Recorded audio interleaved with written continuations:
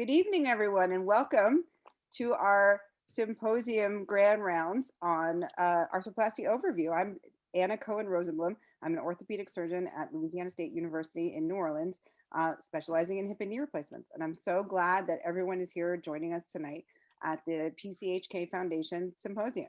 So a brief introduction.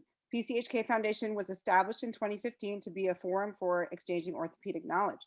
There's an in-person symposium held in Park City, Utah every August, and that's their kind of marquee event.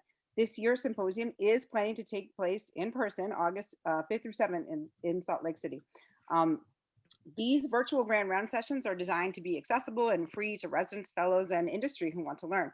I'm so excited to be part of this tonight, hosting sort of the first all woman-led panel of surgeons. And as I emphasized before on social media, this is just a panel of women who are obsessed with hip and knee replacements, and they happen to be women. So I'm so glad you're joining us. So our first session is going to be talking about primary hip and knee replacement, and we have an amazing group of panelists.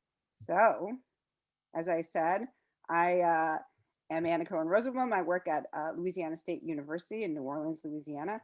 I'm in academic practice.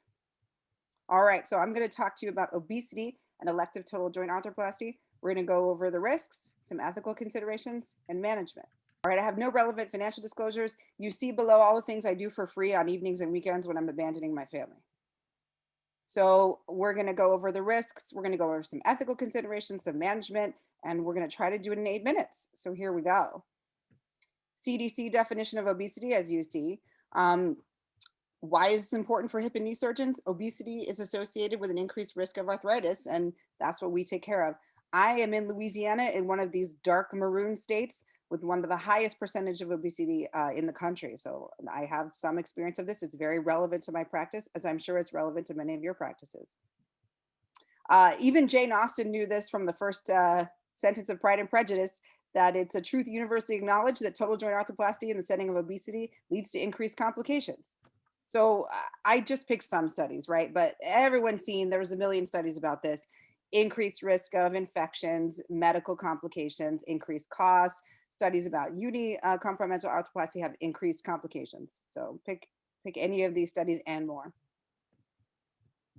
So what do we do about these risks?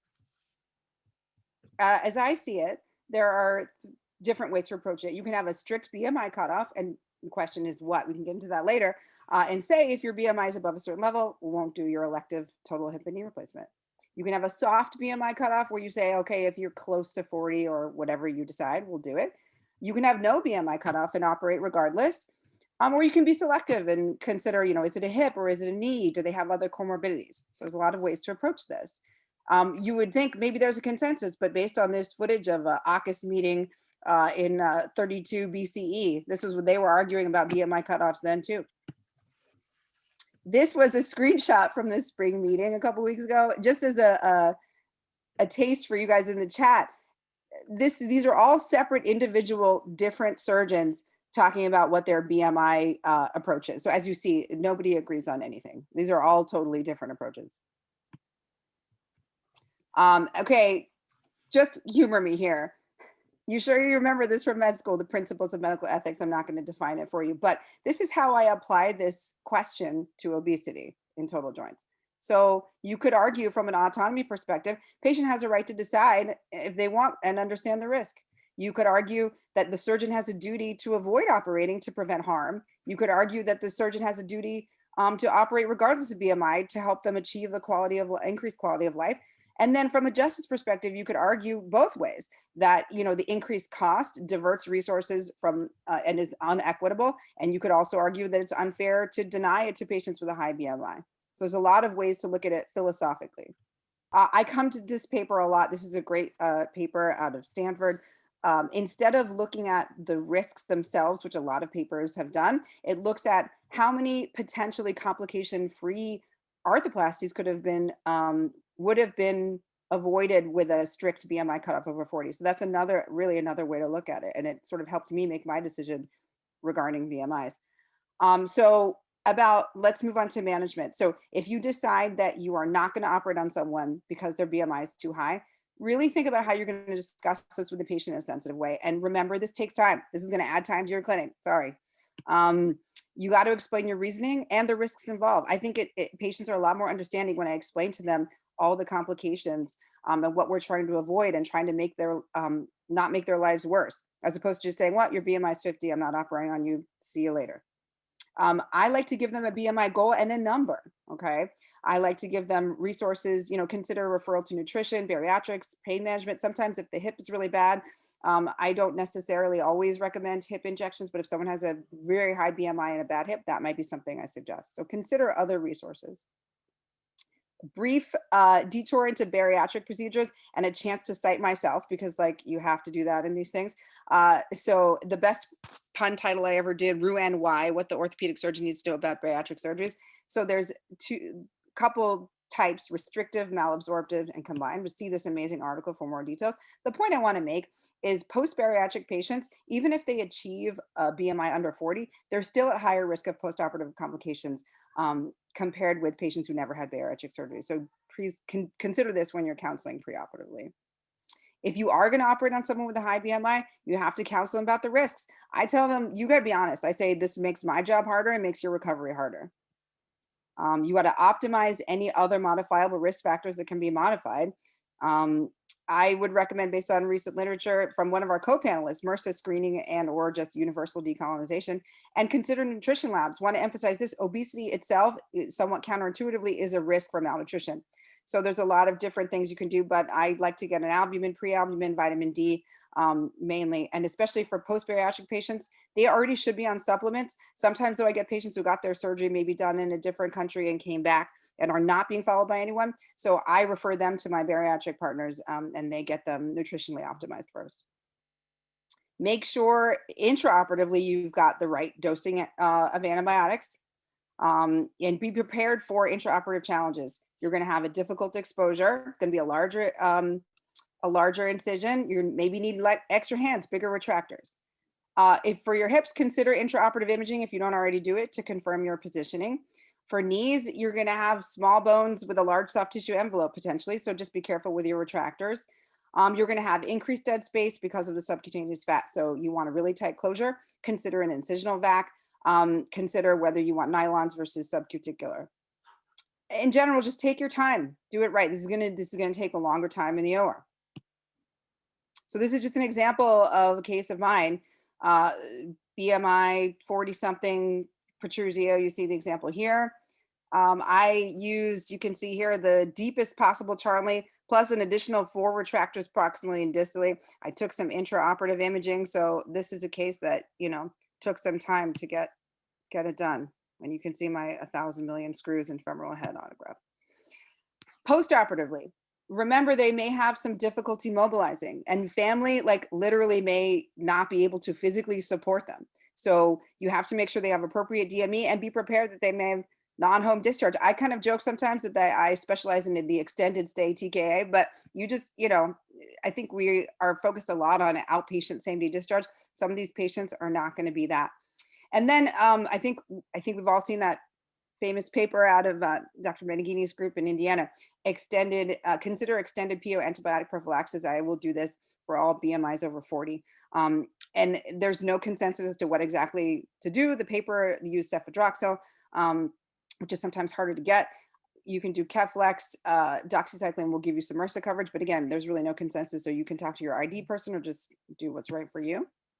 And close follow-up, you may want to see these patients sooner than you would normally to keep an eye on your wound because of the dead space. So in conclusion, given increased obesity rates in this country and the association with OA, it's important for joint surgeons to be aware of these increased risks and counsel your patients accordingly. You have to decide how you want to approach BMI in your practice: a hard cutoff, soft cutoff, no cutoff, and be kind and understanding with patients and make sure you connect them with other resources. When you're operating on patients with a larger BMI, you may need extra hands, more retractors, longer incision, intraoperative imaging. Just be prepared for longer OR time. Consider extended post-op PO antibiotics, and they may need a longer inpatient stay or be more likely to be discharged to a facility. Thank you so much. Here are my references. All right, let's move on. Good evening, everybody. My name is Alexis Gaskin. I'm one of the ortho surgeons in Auburn, California, which is a small town near Sacramento, and work for the Sutter Medical Group. I have nothing to disclose. Don't really have any other extra resources. I'm a new surgeon just out of fellowship about 1 year ago, so not much. So I'm talking about the anterior hip approach, the learning curve. So for me, I do both. So we're going to talk about why I do both and the pearls and pitfalls of starting out. As you know, there's always that learning curve that we talk about. So here's my thing is, posterior remains my workhorse, especially being able to do it and do it efficiently when it comes to revision surgery as well. But as a new surgeon, there is the demand, there is the market, as well as there are some patients that would benefit it from it, such as the spinal pelvic dilemma that we still don't quite understand. At least I don't. So I'll learn a little bit tonight. And so just allowing patients to be in part of their care. This learning curve, it's been, discussed. And so, it's always like, what is it? So part of it is in the first, Stigler in Australia used the registry and found that there was took about 50 cases for a new surgeon or a surgeon to get comfortable with the anterior hip. And when we talk about being comfortable, it's complications. So what they found were fractures, loosening, dislocation, infection, leg length discrepancy, and other revisions. So I'm just going to go over a couple of the things that I've found that have helped as I've started my practice and incorporated anterior into my practice. One thing is I do do it off the fracture table, so there's a little bit of differences, but I did have exposure in residency and fellowship.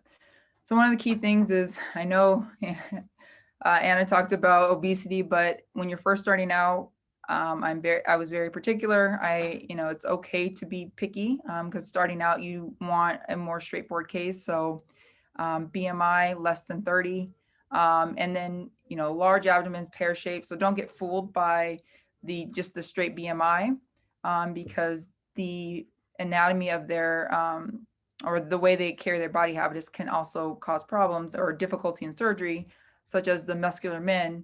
And as I joke around with some of my patients, like it's okay to skip leg day because the muscles, particularly the TFL being real large and robust, makes exposure to the acetabulum as well as the femur difficult.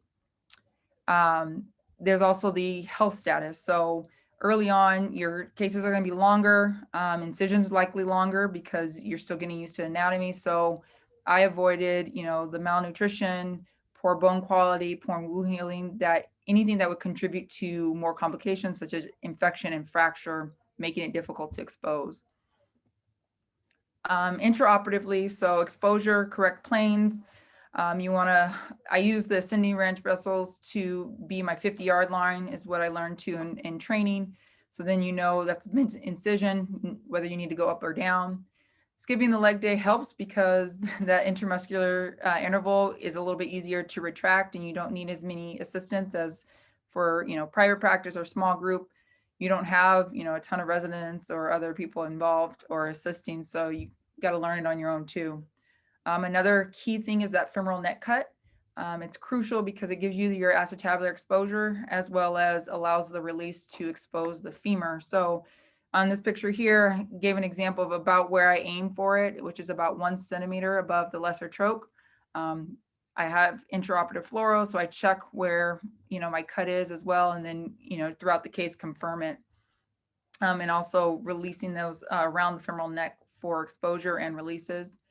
And then last thing with the ascending vessels, you burn them when you go in, burn them when you go out, because that is a risk for hematoma, therefore infection. So another wound complication that can happen and to avoid.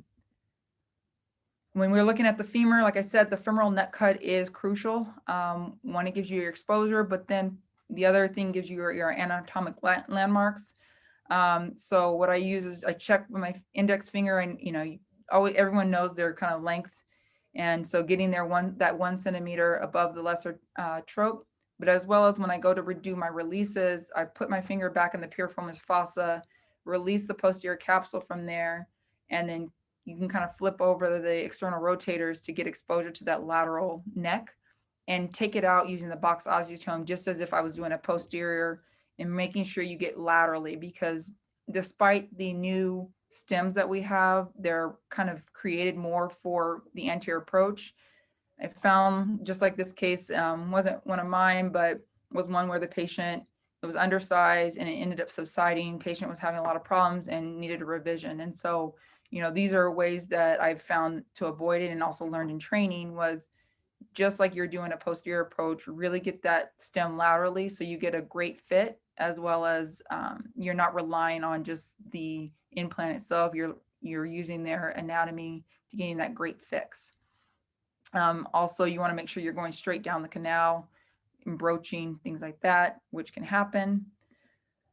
Which happened for me too, going down larger abdomen, I got deceived. And so getting that adduction in so that it don't go out medially. Unfortunately, this happened where it was a smaller broach. It was a little bit distal to the lesser troch. And so what we did is put a cable in there, more for my, sanity, making sure that fracture, that no fracture line propagated up, but then took it out, made sure I was more exposed, released the femur up a little bit more, got a little bit of the lateral neck back out, and then drove the broaches sequentially down until we got it down to a great fit. The biggest helper was using a rasp or a thin guide to visualize the canal direction, just as if you were, canal finder, and using that to visualize where you're going. Early on, fluoro is your friend, so use it, and use it as much as you need where you're led, because you're going to probably take more on. But that's where you get used to and get the repetitions.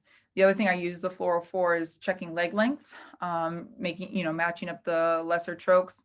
But I also do it off the table, off the fracture table, where I have both legs sterilized, so I actually can check the medial malleoli as well. So trying to avoid that leg length discrepancy that can happen even if we just depend on fluoro.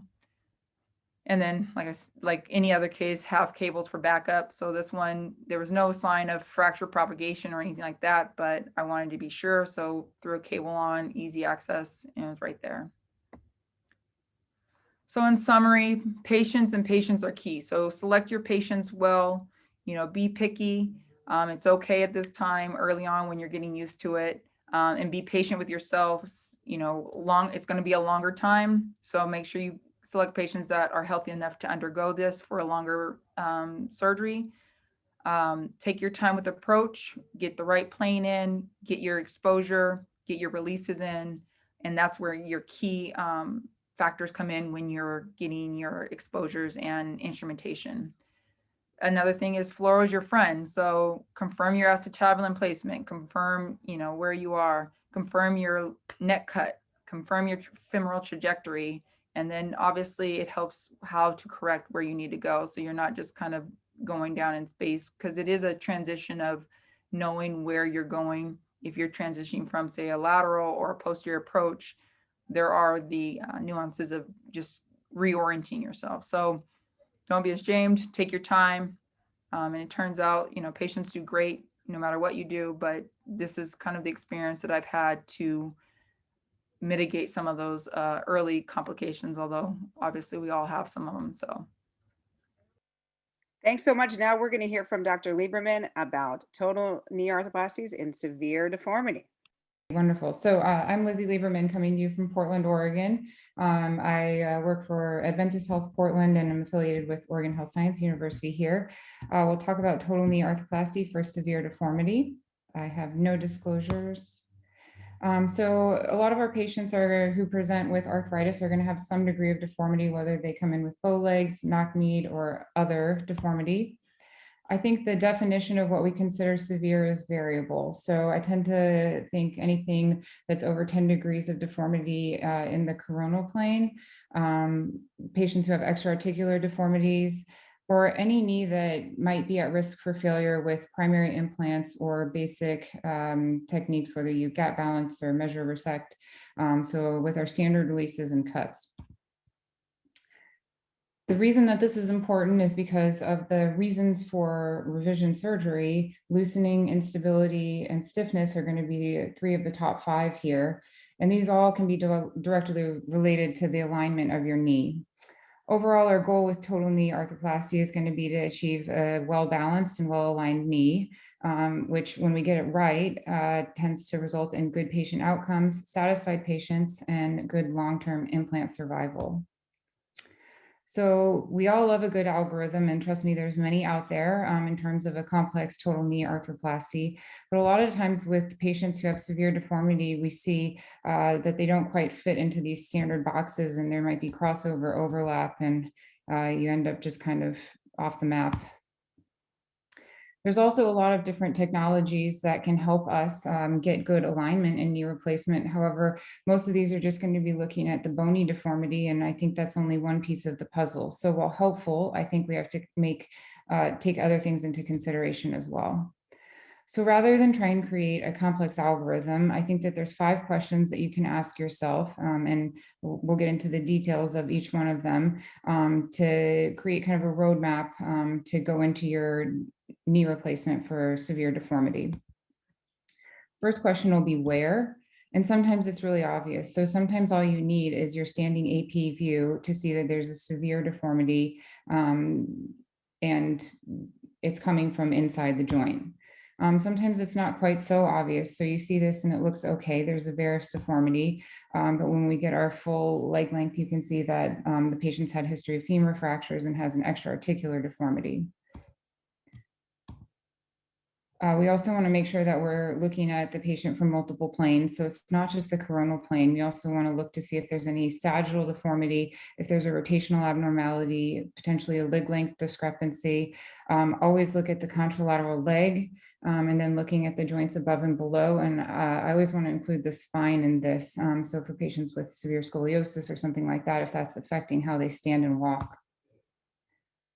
So next we talk about why, which I use to help identify the cause of deformity. So do we have missing bone? Is there extra bone? If you see something like the knee looks like there's some subluxation of the femur on the tibia, or on your exam, you feel like they're really stiff in a certain direction, that's a clue that there's probably some soft tissue contributions. And often it's going to be a combination of both the bony and the soft tissues. And then also, a lot of these more severe deformities are going to be secondary to metabolic bone diseases, congenital problems, or like I mentioned before, post-traumatic. So when I think about how does the knee move, is the deformity fixed or is it flexible? And this is going to play a big part in how much constraint you're going to need. In some cases, you can figure this out with your exam. Sometimes you want to quantify it more with either a stress radiograph or more advanced imaging.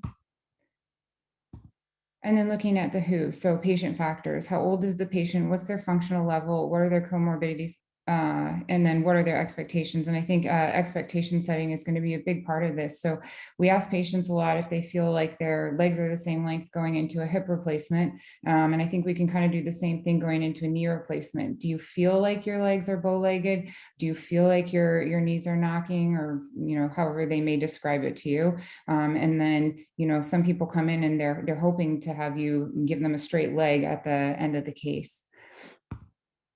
So now the what, and this is where we put it all together. And I think there's 3 things to answer, 3 questions to answer in terms of the what. So what procedure are we going to do? What instruments are we going to use? And then what implants do you want to have available? So starting with the procedure, I think that we want to plan this using the information we've already gathered. So if you see an extra-articular deformity, do you need to do an osteotomy, which could be done in a staged manner or simultaneously? If you see going to the why, so if you see a lot of bony destruction, if you see a knee that looks like a Charcot knee, or if you on your exam have identified a lot of stiffness, do you need to do a different type of procedure like a fusion? Do you need to add some releases? Some people may want to do ligament reconstruction. So you want to plan ahead and make sure you have everything you need to do any of those options. And then how, so in our really stiff knees, if it's like a stiff valgus, do you need to do a perineal nerve release? Especially if stiffness is the problem, what approach are you going to use? And is it going to be something that you will use one of your more extensile approaches? And then finally, who. So for our younger patients, if they have minimal arthritis, are we looking more like an osteotomy, or in some of the neuropathic, maybe low demand patients, a fusion might be a better alternative, especially if they have a lot of medical comorbidities. Looking at instruments, the location of the deformity is going to really influence what you can use in terms of where you're positioning your components. So especially with our extra-articular deformities, the intramedullary guides may not fit. There's a lot of alternatives that you can consider. So patient-specific instruments, navigation, or robotics can be really helpful, especially in these severe deformity cases. And then also, if you have, giant osteophytes, you may need to alter how you do your standard referencing, whether you're an anterior posterior referencer, and have the right instruments available. And then finally, looking at the implants. So here's where templating is going to be really helpful, looking at the wear. So if it's an obese patient, you want to put a tibial stem on, is that stem going to fit in the tibia? Or even if it's just using standard implants, is your keel going to fit? If they have a lot of bone loss, you want to have some augments available, or maybe some cones or sleeves. Do you need to use constraint if your standard soft tissue balancing you don't think is going to result in a stable balanced knee? And then finally, looking at the patient, do they have good bone quality? Do they have other things that are going to prevent them from healing? So in summary, I think that if you can ask where, why, and how, and who, that'll help you fill in the blanks of what. So what procedure you want to do, what instruments, and what implants you're going to have when you bring your patients with severe deformity to the operating room. And I really think about it like kind of a roadmap. And so if you've done a lot of planning, you have a good map, you know the alternate routes, you know the potential things that you may encounter that might be barriers to getting to where you need to be. So even when you get lost, you'll have the tools you need to point yourself in the right direction again. Thank you so much. All right. That was an excellent talk. If only doing those total knees with deformity was as smooth and easy as you make it sound, at least for me. So next we're going to hear from Dr. Jenna Bernstein about the hip-spine relationship simplified, and it better be simplified because I'm trying to understand pelvic tilt for years now. So I'm very excited. Let's hear it. You got it, Anna. So again, thank you for having me tonight. I'm honored to be here with all these amazing surgeons. So yeah, tonight I'm going to talk about the hip-spine relationship and how to keep it simple. So this is a topic that has become very academic. People present a lot of different angles and a lot of different numbers. And here I really want to talk about how I apply this clinically in the office and things I actually look at every day when I see patients. So the first question to always ask is, why should you care about this topic? And the answer for me is really that if you don't see these patients, they're still going to find you. About 40% of patients with hip osteoarthritis undergoing total hip have age-related lumbar spine disease. And really the best treatment for dislocation is to prevent the dislocation in the first place. So it's important we try to optimize the treatment and really make a plan to how to address the potential for dislocation in the future. Maybe or maybe not, we know at this point how to optimize treatment. There's a lot of questions of, does approach matter? Like Alexis talked about, Dr. Gaskin, is it anterior approach? Can that prevent hip dislocation? And really, we don't know at this point. There hasn't been enough research, and it's definitely an area to look at further. But patients with total hip and concomitant spine deformity do have a high rate of total hip instability, even when their acetabular cup position is in the traditional safe zone. And so areas of ongoing research include, what is the safe functional range of motion? But here I'll present what we know so far and how I use this in my practice. Okay, so before we can talk about the abnormal hip-spine relationship, we have to understand what the normal hip-spine relationship. In this case, we are looking at how a healthy, flexible lumbar spine interacts with the lumbar pelvic complex and healthy, flexible hips. And the goal is to have the center of gravity of the trunk positioned so that it's supported by the femoral heads. And we want to do this with minimal muscular effort. So the first thing I'm going to go through is the angles and the terms that I use when I evaluate these patients in deciding what kind of a spine I think they have. So the first thing I look at sacral slope, which is angle 1, which is the angle between the superior plate of S1 and the horizontal line. The next thing I look at is pelvic tilt, or angle 2, which is the angle between the vertical and the line connecting the midpoint of the sacral plate to the axis of the femoral heads. I then look at pelvic incidence, which is discussed a lot in spine surgery. And this is a morphologic parameter that is constant for a person independent of the position that they are in. There's some discussion that it can change with advancing age, but overall, this is thought to be stable. That's angle 4. And then there's also the lumbar lordosis, which is angle 3, that is independent of position. That is dependent in position, but is intimately related to pelvic incidence. Acetabular tilt or anti-inclination is the angle from the horizontal and aligned tangent to the anterior and posterior edges of the acetabulum on the sagittal X-ray. And this is something I look at whether there's a native acetabulum or a cup in place. And then the anterior pelvic plane, which is aligned between the midpoint of the pubic tubercles and the 2 ASIS. And this is how I decide where the pelvis is sitting in space, because a vertical anterior pelvic plane when standing is normal. So other things to just be aware of is that anterior tilt of pelvis is when the upper portion of the pelvis is tilting forward, and a change in sacral slope is a good surrogate measurement of pelvic tilt change. And so this is what I use to assess whether the lumbar spine is flexible. Normal motion is in a standing position. There's relative anterior tilt of the pelvis. The sacral slope overall decreases. There's decreased acetabular anteversion, a vertical anterior pelvic plane, and increase in lumbar lordosis. So when patient is discussed as stuck standing position, this is the position their spine is, whether they're standing or sitting. A sitting position is just the opposite. So there's posterior tilt of the pelvis, the sacral slope decreases, there's increased acetabular anteversion and decreased lumbar lordosis. So we also must discuss late total hip dislocations, because many of the popular studies really just talk about early dislocations within the first 12 months. But spinal pelvic abnormalities can develop over time and result in late instability in both anterior and posterior dislocations. And so it's important to screen any patients with who are undergoing a revision for instability for spinal pelvic disease before you do their surgery. So this is how I classify lumbar spine pathology. There's a lot of different ways to look at this, but for me, this is the most simple and straightforward. I first look at their change in sacral slope from sitting to standing. If it's less than 10 degrees, that's stiff. And if it's greater than 10 degrees, that's flexible. I then look at their pelvic tilt angle. And I also look at the pelvic incidence minus the lumbar lordosis. And if the pelvic tilt angle is less than 25 degrees and the pelvic incidence minus the lumbar lordosis is less than 10 degrees, then you have a balanced spine. But if the pelvic tilt is greater than 25 degrees or the pelvic incidence minus the lumbar lordosis is greater than 10 degrees, that's an unbalanced spine. And that's really how I decide which of these categories each person is in. And so these are examples of all those different types of spine. And I think the most telling one is to look at the flexible and balance. And you can see that the sitting to standing, there's obvious change in the sacral slope. With that, there's change in the lumbar lordosis. In the sitting, there's relative posterior tilt of the pelvis and anteversion of the cup, which opens up the cup so that you have room in the acetabulum for flexion of the hip. And in the standing, it's just the reverse. So you have a more vertical anterior pelvic plane and more coverage of your femoral heads. And so once you have classified the lumbar spine pathology or lack of pathology, then the next thing I ask is there a role for spine surgery?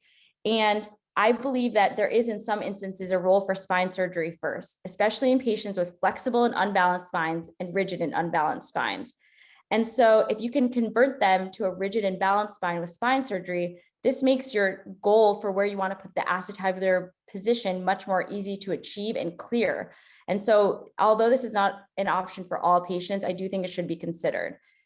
Additionally, the point I want to make is that a rigid and balanced spine, which is the most common spine that I see prior to having surgery, usually we want to err towards a high normal acetabular anteversion. And the reason for this is when these patients are sitting, they do not have normal anteversion of their cup. And so this can lead to impingement and posterior dislocation. So preoperative evaluation, I screen all patients I see for lumbosacral disease. I first do that by looking at their standing AP pelvis to look if there's any abnormal inlet or outlet views that can be seen. And I also just ask them a history, if they have any history of lumbospine disease, of spinal stenosis, or any history of spinal fusion. I then, for patients I'm concerned about, I get a lateral lumbar radiograph in sitting and standing positions, and I get EOS if you have that in your institution. The benefit of the EOS, which looks at the entire body, is that you can also see if there's any hip flexion deformities that's causing the pelvic imbalances. So intraoperative considerations, I believe if you have an accurate goal, it's necessary to have an accurate tool. And so while navigation, robotics, and fluoroscopic navigation have all been shown to improve accuracy, there's still no evidence that this decreases dislocation rate. There is probably room for further study here, especially with prospective studies. The use of dual mobility does have to be weighed with the risks of using this. And I do recommend using it on spine-degenerated elderly patients, and at least considering in patients with kyphotic spines and those with stuck sitting deformities, because the pathological imbalance of the spine here cannot easily be overcome with cup position. And so this is my stepwise approach to the hip, spine, and total hip that I use clinically. So preoperatively, I get an AP pelvis, including a lower lumbar spine to screen for lumbar spine disease or past surgery. And if I'm concerned at all, I'll get the lateral views. I then calculate the numbers and classify as a patient has flexible or stiff spines based on the change in the sacral slope. And then I classify as a patient has a balanced or unbalanced spine. I then decide on their goal acetabular version and consider using dual mobility, and also consider using intraoperative technology to improve accuracy and cup placement. I make sure with patients with spinal disease are educated preoperatively and document accordingly. Here are my many references. It's too many. And thank you. Thank you, Dr. Bernstein. That was great. And I'm definitely saving that last slide with the stepwise approach. That's perfect. So we're going to have a few minutes of discussion now based on our first 4 presentations, but I wanted to start by asking any panelists who would like to talk about, briefly, what do you do for BMI? So me personally, when I was in collections, I was very strict. 40, if you were 40.5, I was like, you got to lose those 7 pounds. Now I'm like a hard cutoff of 45 and a soft cutoff. And soft of 40. So if they're above 40, I counsel them the risk. If they're above 45, I refer them to other resources to help them get down below 45. Between 40 and 45, I'll probably do it. And considering, where the distribution of the weight is. But anybody else want to chime in? I think for me personally, like you, Anna, I look at everything else. So are they diabetic, poor nutritional status? Like I only give on one thing. So if it's your BMI that we're giving in on, we have to have your diabetes under control. We can't be a smoker, all other risk factors that, add up in the postoperative period. And then any patient with kind of thicker soft tissue, I use an incisional wound vac post-op, and I won't name the brand, but the one that stays on for 7 days. And I prefer that just from a wound healing perspective, and it's going to be a really tight layered closure through that fatty tissue. Absolutely. Anybody else? Yeah, so for me, I take it patient by patient because, as we all know, not every primary hip or knee is equivalent. So there are problems that can be put off while patients lose weight or see bariatrics or whatever. But there are, patients who are having bone loss or other problems where really it can't be delayed safely. And then my other thing is that, if I have patients who started, at a BMI 55, they've gotten down to a BMI 42, and then they're stagnating, that person has demonstrated that they're really committed to their weight loss. And so I'll sometimes make deals with patients, if you can get down to this point, then I'm willing to go ahead, for you if your hip or knee still hurts. Sometimes I've had patients who lose a bunch of weight and then they don't want surgery anymore, which is awesome. But for me, it's sort of a patient by patient thing. Thank you. I'm the same when it comes to posterior. Anterior, I am picky. But I agree, it's, patient by patient. And there was actually an article, I think it was in JOA about a year or two ago, that said, even if you lose 20 pounds, no matter where you are on the BMI scale, it improves your risk of infection and complications. So, if they're proving that they're losing weight, but, they're at, say, 48 and they brought it down to 42, and that was like 30 pounds, I work with them and willing to, help them, still warn them about, you're still at elevated risk, but that improvement of weight loss does actually improve their risk of, or lower their risk of complications. Absolutely. And that's a great point. And I'm going to keep you on the spot, Dr. Gaskin. So I'm going to confess that I am a somewhat old-fashioned posterior approach gal. But I wanted to ask you, how often do you have people come in your clinic and specifically ask for the anterior approach? And then I want to open that up to the rest of the panel as well. I would say at this point, probably about 10%. I am fortunate enough where I have the option to do whichever approach because I have a partner that does posterior only and one that does anterior only. So they said, you can come in and do whatever you want. So that's also been nice. And so as I've gotten my name out, more patients have come to me. I think a handful of them more are just saying, you're the doctor, you choose whatever's best. And so, you know, if they have the spinal pelvic kind of dilemma and they've been told like, oh, the anterior approach is better for this, then I go for it. But if they don't have a preference, I more look at their body habitus and, you know, all those other things to sway which way to go. Anybody else have specific, you know, patients asking for DA hips, or do you just generally able to make that decision on your own without the patient having opinions about it? All the time. I live in Boston. People love it because the marketing is great here. The good news is I always tell patients, look, an approach, there's always pluses and minuses to every approach, right? And it's never such thing as a free lunch, right? You have nerve damage. I do direct lateral supine, which I get a lot of crap for from my colleagues, which is fair. They say you're trying to kill the abductors, but the dislocation rate is much less. And the posterior approach also has, you know, some dislocations, but the capsular repair is better. So I tell a patient, tell a surgeon to change their approach, right? Choose the surgeon because they like the approach and you like everything about them. Take the whole package. So if a patient comes in and they're adamant about direct anterior, I will tell them the pluses and minuses of both. And then I'll give them the name of my 3 colleagues who do direct anterior, and they do a great job with it. If they want posterior, I also have colleagues who do a really good job with posterior. So I don't try to pretend. Now, that said, I did train with it. I did do it in fellowship, but that is not something that I do regularly in practice. So people look. Did you want to say something? Yeah, go Jamie. Oh yeah, sorry, I agree with that. Definitely, you know, usually the patients will like let me tell my whole spiel, and then at the end I'll talk about approaches, and I'll tell them the one that I do, and they're like, oh, thank God, you know, like I wanted the direct anterior or whatever. Or most of the time, just at least in my system, because I'm in the military, you know, patients really have no preference, and they say, just do whatever it is you do. You're the surgeon, so.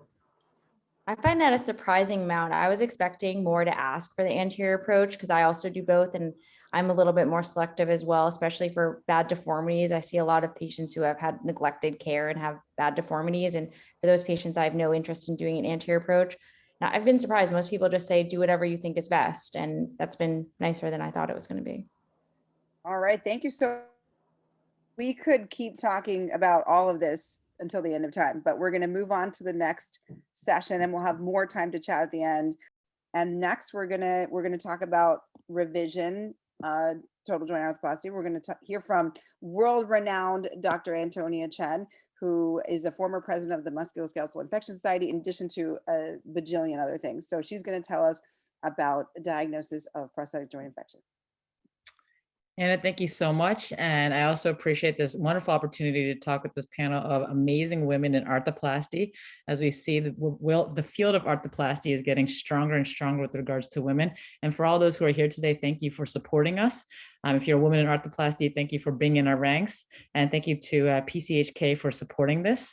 So I have the wonderful honor of talking about a topic that's near and dear to my heart, which everyone said to run away from when I was in residency. And for whatever reason, I still love the world of infection. So I'd like to talk today about the diagnosis of infection. So I'm up here in Boston, where people would like to say that we don't get infected, but of course we do get infected at some point in time. And patients do come in with the diagnosis of infection. And the question is, how do we best diagnose it? These are my disclosures, none of which are directly relevant to this talk here. So the definition of infection, this is when it really started with Dr. Parvizi and Dr. Craig Della Valle. Really, Dr. Parvizi, when he was president of MSIS, came up with this idea of putting together a definition of periprosthetic joint infection. And it's bizarre to think that prior to 2013, there was no real good definition for infection at that point in time. Really, if you look at old infection papers, it was just a positive culture, or it looked infected, and that was the diagnosis of infection. So this is the modified MSIS definition of PJI. And the first question is, what is a sinus tract? And you can see that picture there on the side. I call it positive metal sign. If you can see metal, it's probably a sinus tract and it's infected. If there's two positive cultures in two different settings, that's considered infected. Then there's this idea of the minor criteria. And this is when it was first introduced. We get a lot of other laboratory supplemental tests. And if you get 3 out of the 5 minor criteria here, you can see ESR and CRP have to be elevated, CRP being the more important one of the two. White blood cell count greater than 3,000, and this is in chronic infections. Polymorphonucleosides greater than 80%, a positive frozen section if available in your institution, and 1 positive culture. At this point in time, purulence was removed because metal on metal is becoming more of a problem, so purulence was occurring in those areas. So if you want to improve culture yield, you want to be off of antibiotics for 2 weeks minimum. We all know that PCPs unfortunately sometimes place patients on antibiotics, so make sure they're off of it to get a better culture yield. Avoid swabs and gram stains. They really don't help with the diagnosis. When you get fluid, this is what we all learned as residents, make sure you get white blood cell count, polymorphonucleoside cultures, and crystals. If you can get tissue cultures, sometimes radiology will actually do biopsies. Some places they actually do an open biopsy, take them to the operating room, open it up, and take a biopsy. Hold the cultures, anything that you take, either fluid or tissue, for 14 days. And ideally for fungal and tuberculosis, if it's high suspicion, hold them for 6 weeks if your institution will allow you. And finally, when you take the fluid, if you can place them in pediatric blood culture vials, that'll really help with the growth of the organisms. So the international consensus meeting in 2013 then started up with a definition that was very similar to the MSIS definition. You can see here everything in the minor criteria is similar, except for number 2, where you have white blood cell count or a positive leukocyte esterase strip test. I think a lot of the people on this panel may not have had the pleasure of being in the emergency room as residents and having to go those little strips and dipping the urine to see if they're positive for infection. I still did that as a resident intern, we'll say, and luckily didn't have to do it later on. But the question was, why not use this for synovial fluid? So you can see here the highlighted strip on the right-hand side where it was yellow means negative, and if it was deeper purple, that was positive. And it was just a urine dipstick, point of care, right next to there with the synovial fluid. Perfect. So these made its way into the 2018 ICM criteria for periprosthetic joint infection. It wasn't validated on acute infections per se. And the thing here, you can look at here, there is acute and there is chronic setups here. And the idea is serum CRP is more important. So that because of that, it has a higher score of 2. And you can have D-dimer, which is another serum test that was also 2. ESR is, if it's elevated, it's only 1. And then these all kind of counted for 3 points, which is high, but they're all markers of the same indication of elevated white blood cells, including synovial white blood cell count, leukocyte esterase, or positive alpha defensin. Some are not available in some institutions or countries, so you could actually just stick with one or of the other options. It's elevated synovial fluid polymorphonucleosides, single positive culture, positive histology, and purulence made its way back onto the map here, but it had to be when there was no suspected adverse local tissue reaction. The most recent definition is the EBJIS definition, the European Bone and Joint Infection Society PJI definition. And you can see here that there's 3 columns. Just to muddle the waters a little bit more, we have infection unlikely, infection likely, and infection confirmed. And this is more reflective of real world scenarios, right? Just like the last definition, there's times when infection is likely, but not totally known. There's a kind of a gray area. So there's unlikely and likely, which are much easier to define, but that unlikely zone kind of helps here and gives a little more definition. It does include a few more things here that we don't necessarily have from other ones, including nuclear imaging, sonication, as well as alpha defensin and leukocyte esterase. And these definitions can be utilized probably in different ways. The MSIS definition is probably the most commonly utilized. This is the newest definition out there. Biomarkers are the future. So we've already seen alpha defensin being utilized. We also in serum look at ESR, CRP, and interleukin 6. This has been used in trauma. This was developed out of Germany in the bottom one where they have a lateral flow test. Take the fluid out, put it on there. It's like a pregnancy test, positive or negative. This is true for calprotectin as well as for alpha defensin. So alpha defensin has high sensitivity and specificity. It's higher when it's sent to the laboratory test versus the point of care test. at the bottom, you can see here the point of care test here. Again, it's the positive and negative one. Now it's a point of care test, but it's a point of care test that cannot be done in the clinic. It has to be sent down to the laboratory.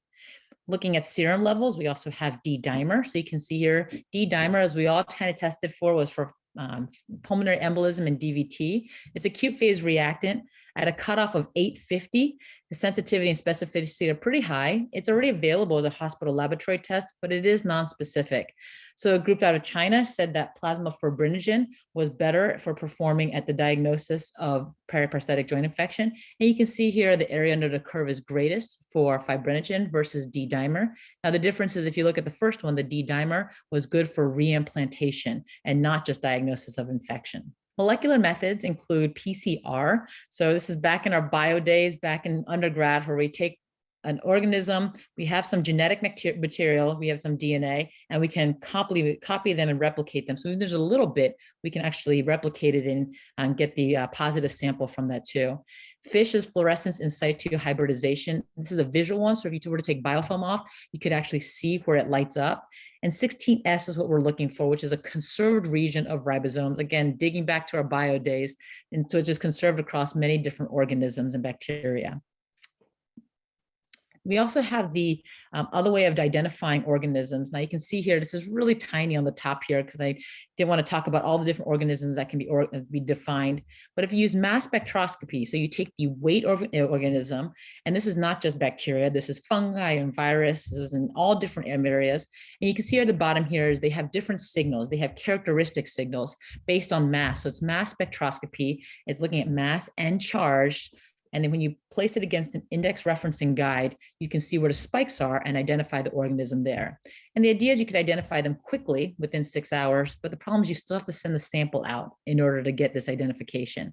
It can identify genes that control resistance and has the same sensitivity to detect biofilm cells, which are adherent to things like implants, as it does planktonic cells. So it can get both, especially if you sonicate them. Next generation sequencing is taking on a lot of encouraging results here. The idea is that increased sensitivity and specificity. Use PCR, which is the same as before, and use that same conserved 16S region and the ITS gene, put it through a high personal genome. It's a high through output sequencer. So you basically take it all, run it through a bunch of different sequences and see what comes out. They're compared against what's already known. So it's a bioinformatic database, and there's greater than 90% agreement. So in a study that was done when I was done at Rothman Institute, 90% of culture negatives were positive on next generation sequencing. So for those culture negative infections, it's really good to be identify these things here. So there are still challenges. There's no single test that's 100% accurate. I know my panelists really want one test to answer all the questions. And if you can come up with it, the Nobel Prize is yours. It's difficult to diagnose patients with biofilm organisms. They adhere to our implants and we can't get it off unless we do surgery. Also, it's difficult to diagnose fungal mycobacteria tuberculosis in some parts of the country and the world. This is much more common than some other organisms. And the difficult patients to identify are those who have inflammatory arthroplasty. Their ESR and CRP are normally elevated at baseline. In the early postoperative period, the ESR and CRP are also elevated.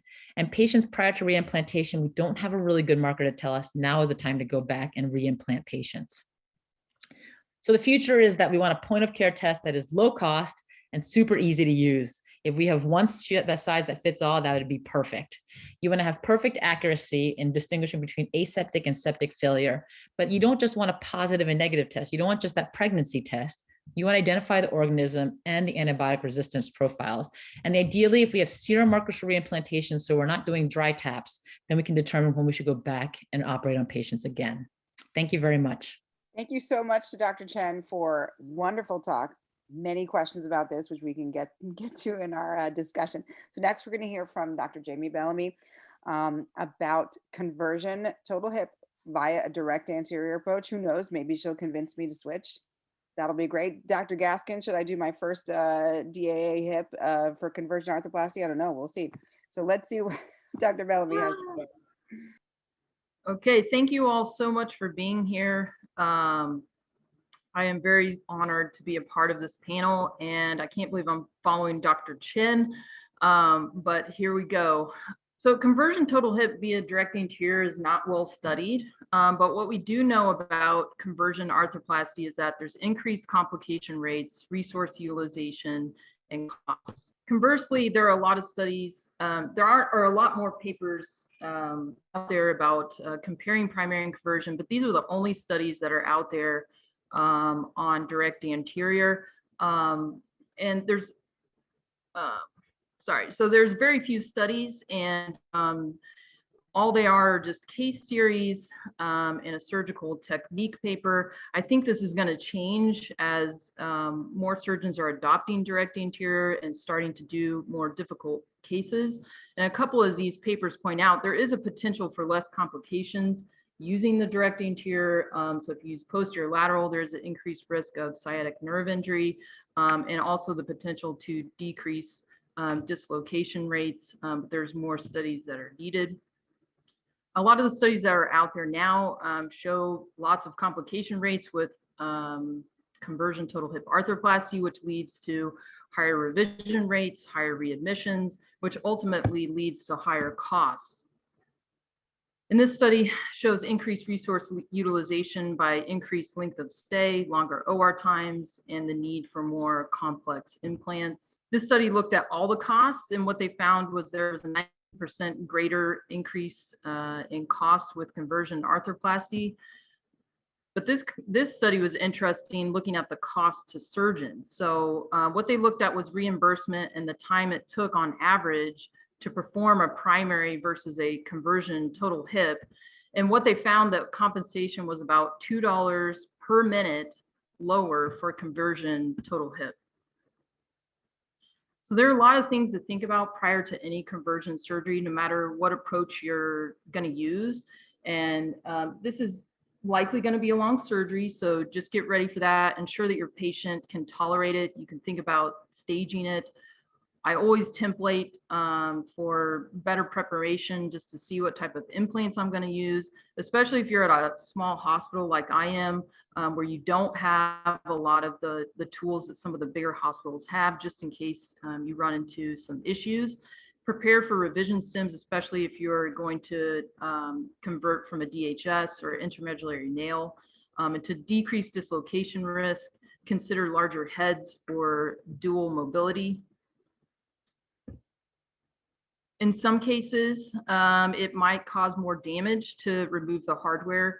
And so if you're running into difficulty with that, you consider using a short stem, and you can just avoid the hardware altogether. Due to longer OR times and increased blood loss, there's an increased risk of blood transfusion. And so anemia should be corrected preoperatively. Also, even if the patient isn't showing any signs or symptoms of infection, it's recommended that you get inflammatory markers just to rule that out, and then plus minus aspiration of the joint. You can consider doing extra imaging just to look at the hardware and to look at the bone quality.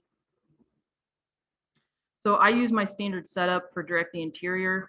I put them in a supine position on a special table with fluoro. You can use their previous incisions, or you can make a separate incision. For pins like these, you can actually rotate the femur to expose the pins through the direct anterior approach to remove those. And due to increased blood loss, cell salvage is a good option to have during these cases to avoid transfusion. Be prepared to take some time with the hardware removal and have the sets available. You might have to use a burr to even get to the hardware to remove some of that bony overgrowth. Sometimes you need to do a napkin ring of the femoral neck to get the hardware out, which in this case, I was able to take the screw out through the direct anterior approach. Worst case scenario, you might have to use metal cutting burr to cut this out. You can put jelly into the wound that can collect that metal debris, and then you can suction that out.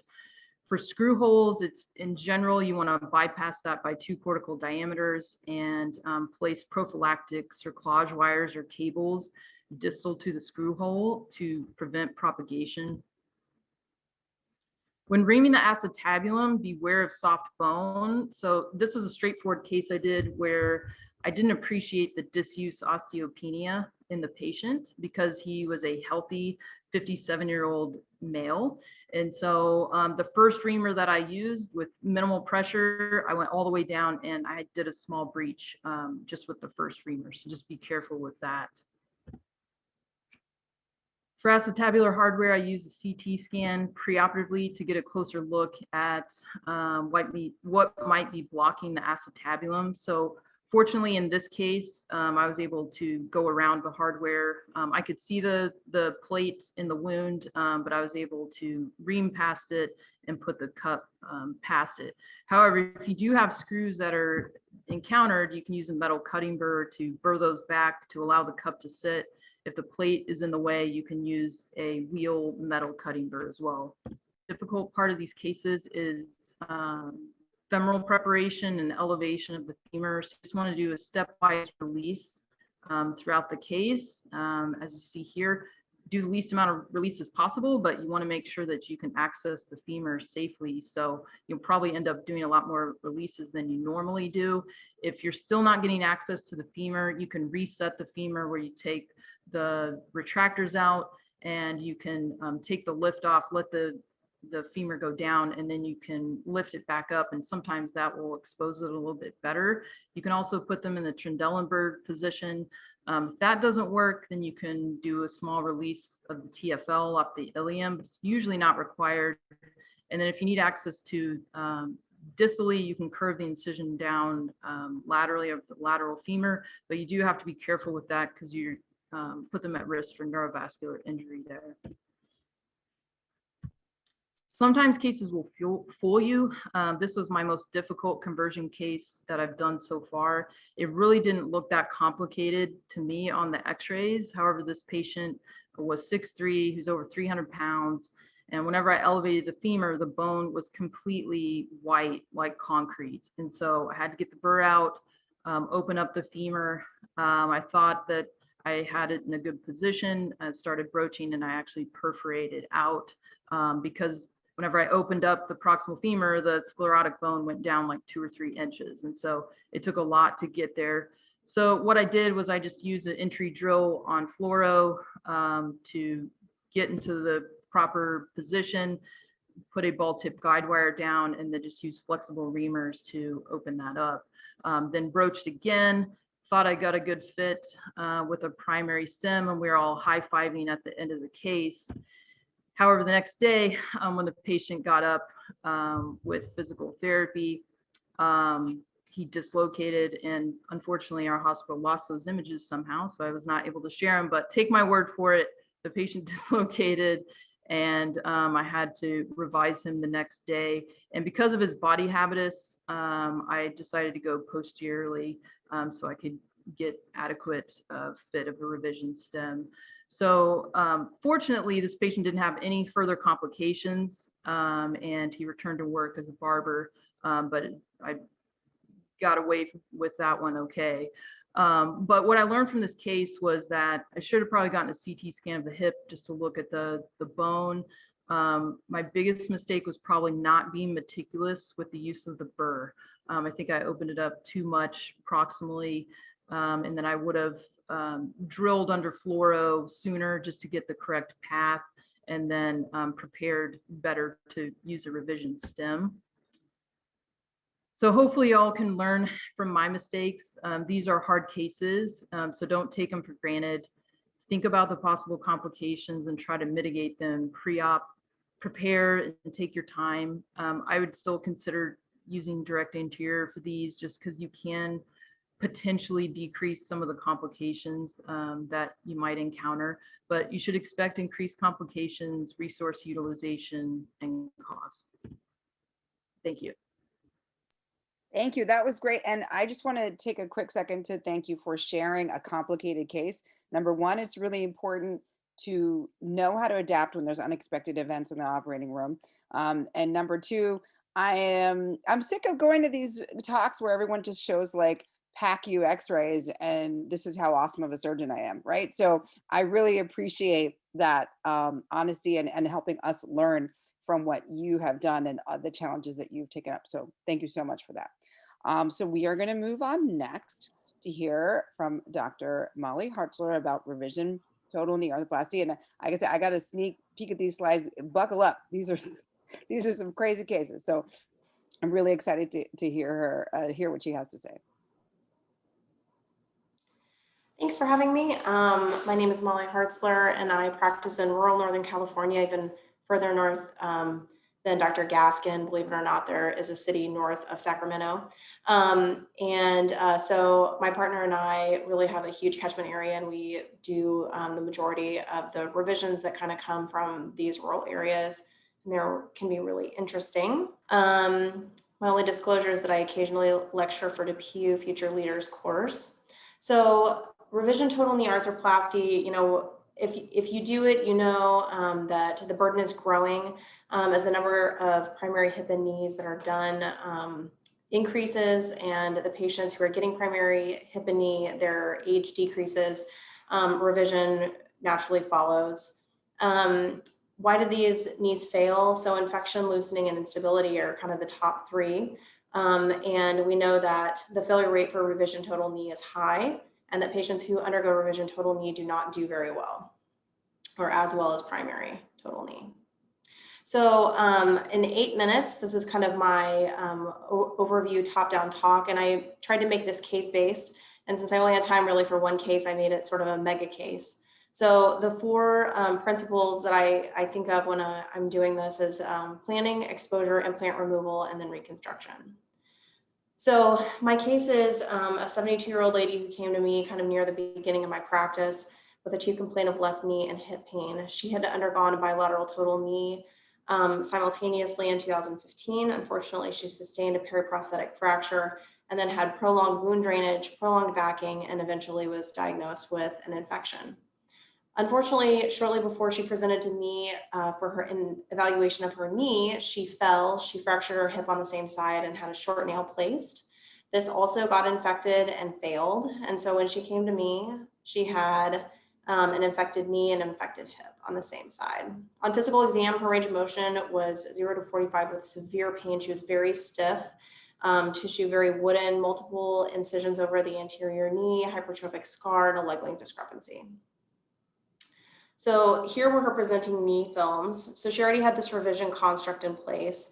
And some of the things that kind of jumped out at me when I was evaluating this was that she has these long press fit stems. She already has augments in place. She has what looks like loosening, thankfully, and then she's got this big screw, presumably from her fracture. This was what she had up top. Looking back, the surgeon who did this is in my hospital system. It looked to me like she got oifed instead of reduced and then fixed. So this was doomed to failure. Unfortunately, it also came in infected. So the first one is your plan. In revision knee, you really have to know exactly what you're going for and what is it that you're fixing before you go in and take out a knee and put in a new one. Unfortunately, we all have patients who come in with painful total knees and we can't find anything specifically wrong with them. A lot of these patients, at least in my experience, are pushing for revision surgery. They feel like if they have another operation, they're going to be perfect.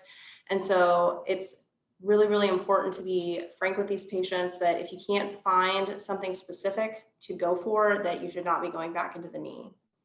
For this patient, she needed two-stage exchanges. So I had a lot of discussion with her and her primary care physician about the timing. She was kind of a poor protoplasm type of patient, trying to optimize her, especially in the setting of infection. A lot of these patients are just not very healthy. And so anything that you can do to get them healthier and a better chance of healing is really important. I do a lot of counseling about expectations when I'm going to do a revision knee, especially if there's a chance that I'm not going to let them range their knee or weight bear on their knee after the revision.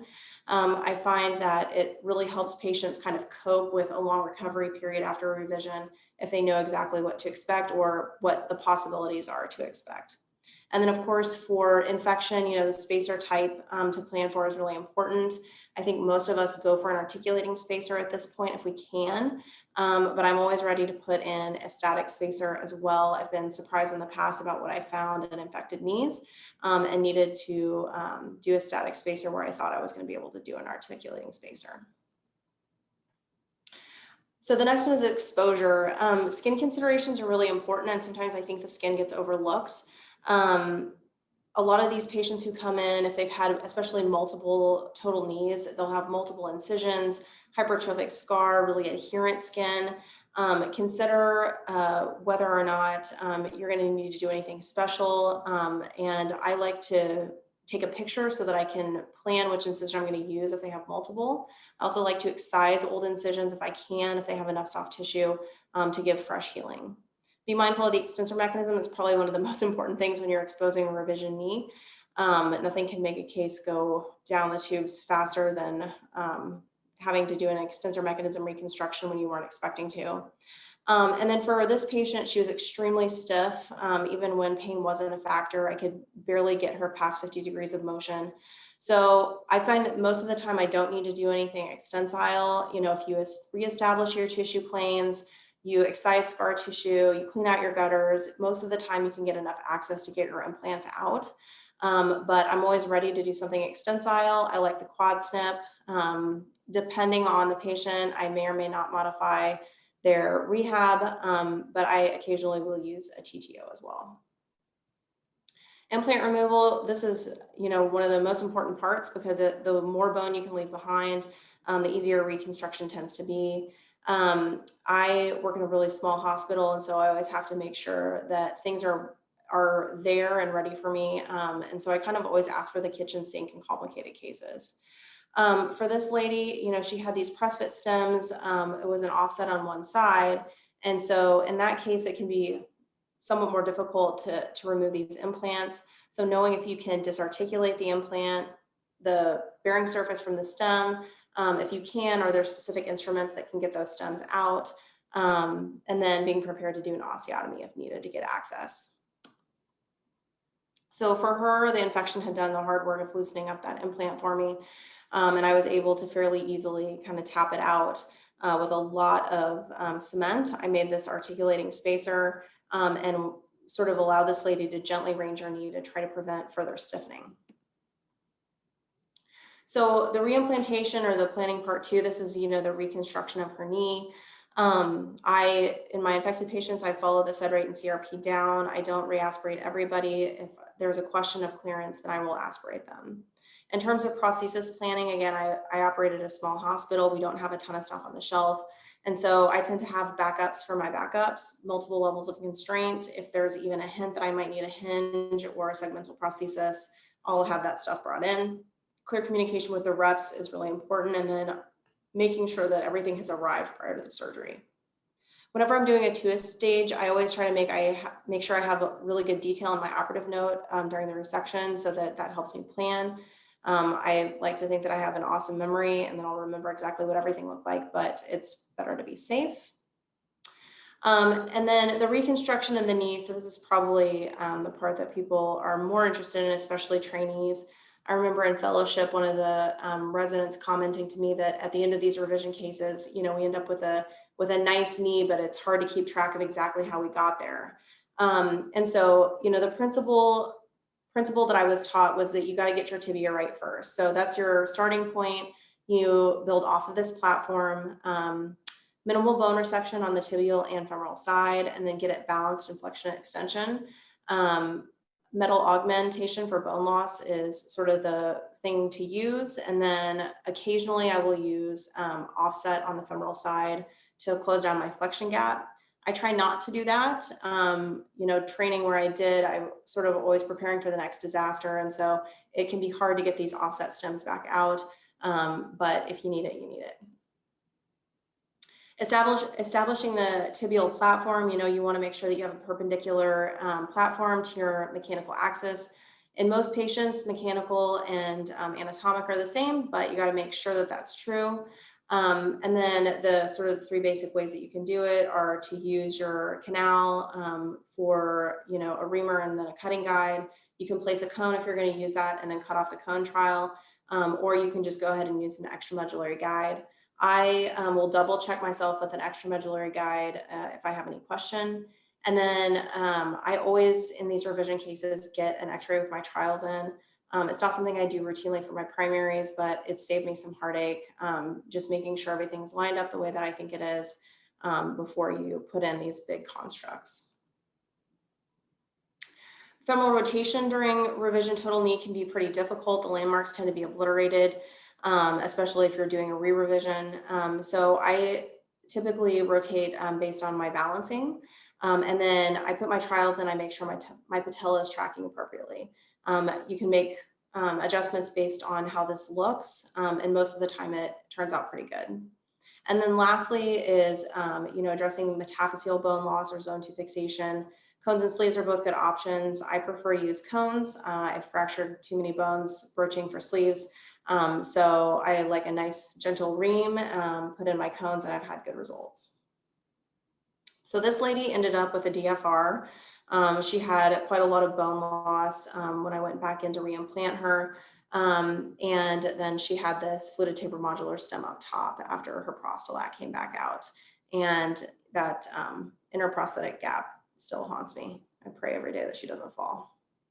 So in conclusion, revision total knee can be tricky, but if you have the right diagnosis as well as good planning and technique, you can really help out these patients and improve their lives. Most revision total knees can be exposed without advanced techniques with patients, but knowing how to use them and being ready to do them is important. Balancing inflection and extension is key for stability and motion, and it's usually achieved with augments. Metaphyseal fixation is key to avoid loosening with increasing levels of constraint, which are often needed in the revision setting, and then be prepared for anything. Thank you, Dr. Hartzler, for a bone chilling case. That was it's potpourri. It's got a little bit of everything. So now we're going to hear from Dr. Linda Suleiman from Northwestern about periprosthetic fractures. I'm also very excited for this talk. And I can't wait to hear what she has to tell us so that the next time I get a disaster walking in the door, I will be a lot more prepared. Awesome. Thank you, guys. I really appreciate Park City Hip and Knee course and Anna for putting this together. My name is Linda Suleiman. I'm one of the orthopedic surgeons and joint replacement surgeons at Northwestern. And I'm going to be talking today a little bit about periprosthetic fractures. So the overview today, we're going to talk quickly, just kind of hitting some high yield information and tips and tricks around total knee and total hip periprosthetic fractures. This talk alone could probably be an hour on each topic, but it does take some time to really understand fracture fixation, how we kind of meld those models with arthroplasty. So why are we here? Rise in total knee arthroplasty. We're seeing younger patients with periprosthetic fractures, high energy injuries, as well as the aging population with osteoporosis. They're highly likely to have these type of fractures. When we look at intraoperative fractures, so I'll just split it up from intra-op versus post-op when we're talking about knee replacements. Mainly what we're seeing is a lower incidence in primary knee replacements, although this number is increasing with the use of cementless knees. And so when you're doing a cementless total knee, we're seeing slightly higher incidences of intraoperative femur fractures due to the accuracy of the cuts while you're trialing. And so the most common fracture pattern that we're seeing, specifically with PS designs in a primary total knee, is the medial femoral condyle. When we're thinking about revision, total knee arthroplasty, I'm always checking anteriorly as well as my lateral cortex. You can imagine when you're doing and you're taking your implant off in a revision total knee, moving that patella laterally, you really need to be able to expose that posterior condyle to really get your osteotome. For me personally, I like to use a small ACL blade. I feel like I can just get my hand into that lateral gutter to be able to break up the cement bony interface. So something to be wary of. When we talk about postoperative fractures, we're typically seeing supracondylar femur fractures. And it's really important to define what that means. So 15 centimeters above the joint line or 5 centimeters above the anterior flange. So when we're talking about risk factors, technical risk factors, when we're seeing total knees, the most common thing that we see is notching. If I do notch, I'm not typically changing my postoperative rehab or changing their weight bearing. If it's a significant notch, I typically would place a prophylactic cable and protect their weight bearing postoperative. But usually if it's just like that millimeter or two of notch, I'm really not changing my postoperative rehab. So several studies have looked at notching as a risk factor with increased stress concentration. Patellar resurfacing is another area that we have to talk about when we think about patellar fractures. So me personally, in my practice, I'm selectively resurfacing patellas. I can probably count on one hand the number of patellas that resurfaced in the last 2 months.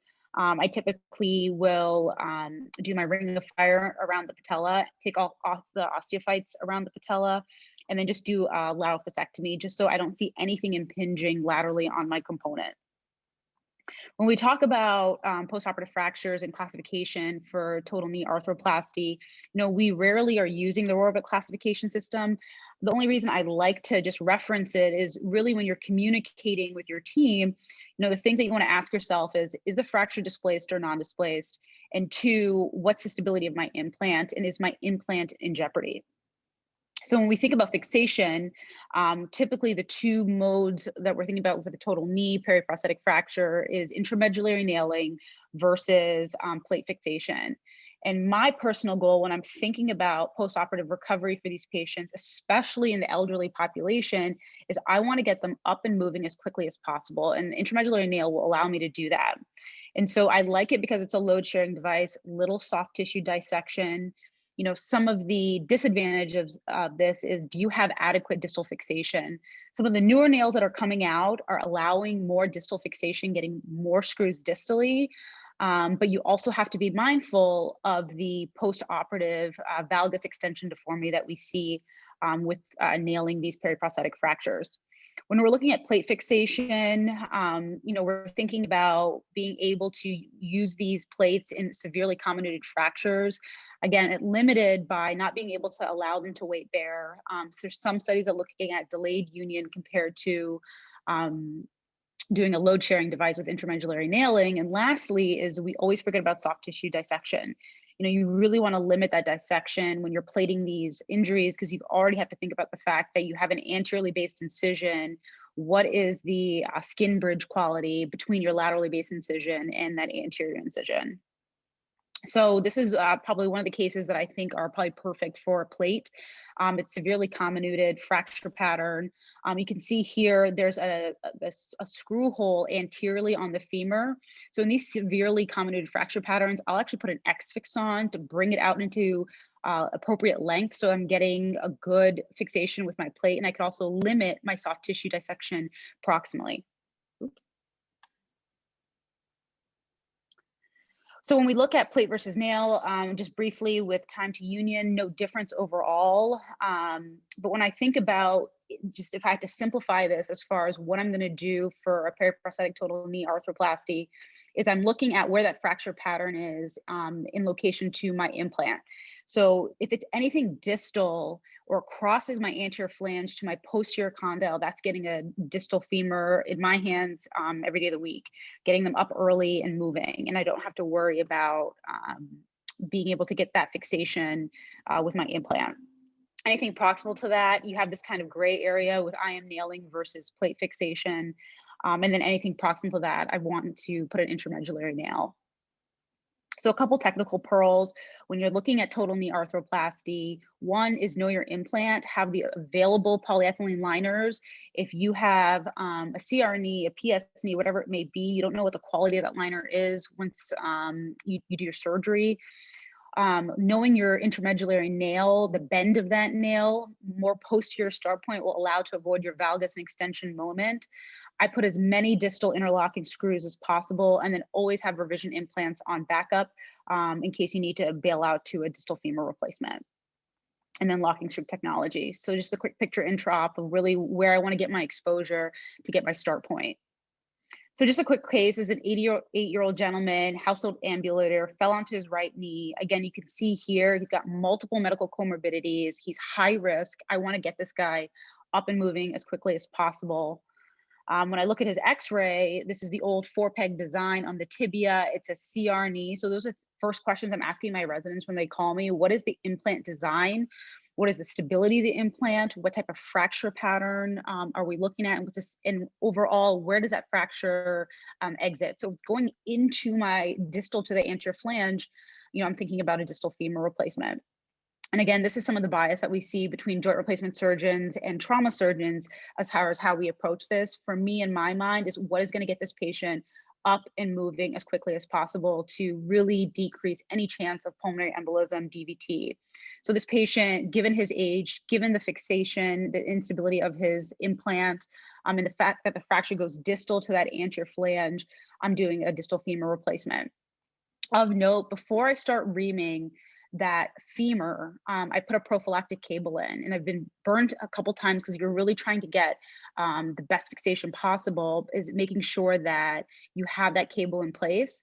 Secondly, is when you're taking that distal femur off, how do you judge your rotation? So I'll look at the linea aspera and mark up my rotation in reference to that linea aspera. So I'll have my finger right underneath the femur to make sure my rotation is appropriate.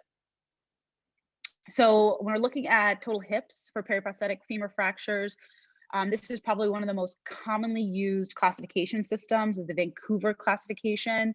And it's representable, reproducible. I think what I like about this classification system, it really helps us dictate our treatment options.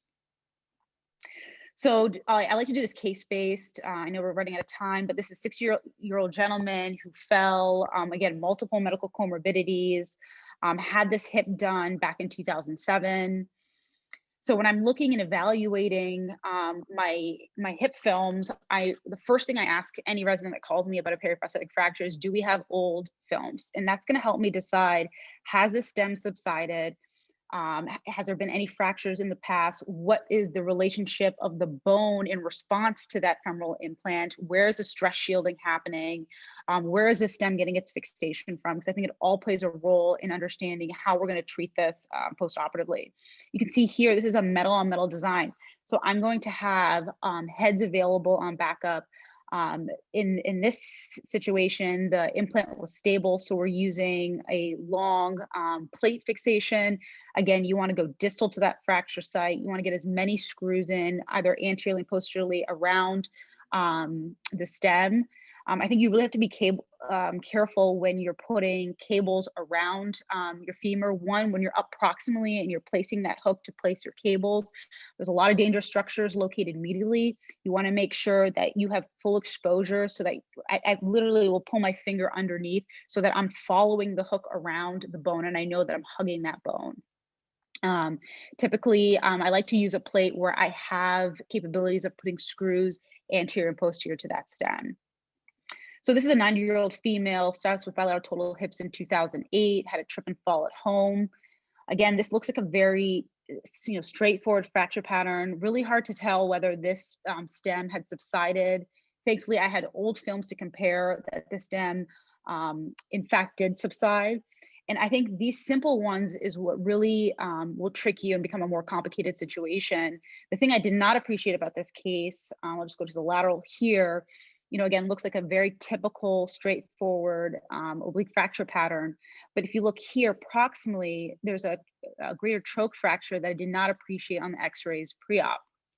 So in preparation for this implant, so I open up the fracture, we take that stem out. As I'm taking that stem out, the greater troch pops off. So you have to make sure that you have GTR plates available in case that you have to do some fixation around the greater trochanter.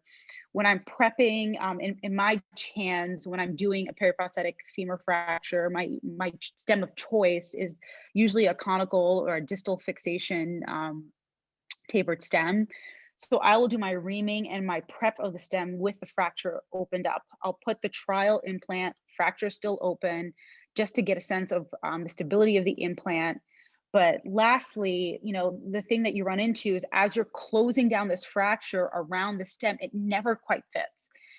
So one of the tricks and tips that I learned when I was a fellow was taking just a little pencil tip burr.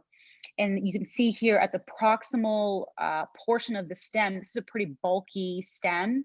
So what I'll do is actually burr the inside portion of the proximal bone so that it just kind of fits around that stem a little bit tighter, a little bit closer. If I'm using a GTR plate, I always worry about this troch just escaping on you post-operatively, especially as they start to become more mobile. They're using their abductors. So what I'll do is find the lesser troch. I'll drill through the lesser troch and pass a cable through that lesser troch and then bring it around to cable around that implant. And that just, for me, keeps that troche in place so it doesn't escape on you later on. So the last case, this is a 40-year-old gentleman, had a MVC back in 2008. He had bilateral intramedullary nails done. It was taken out by a trauma surgeon at an outside hospital, and then he was sent to me several months later with continued pain in his hip. So whenever I do a conversion, my preference is to take the nail out at the same time as doing the implant, doing the total hip.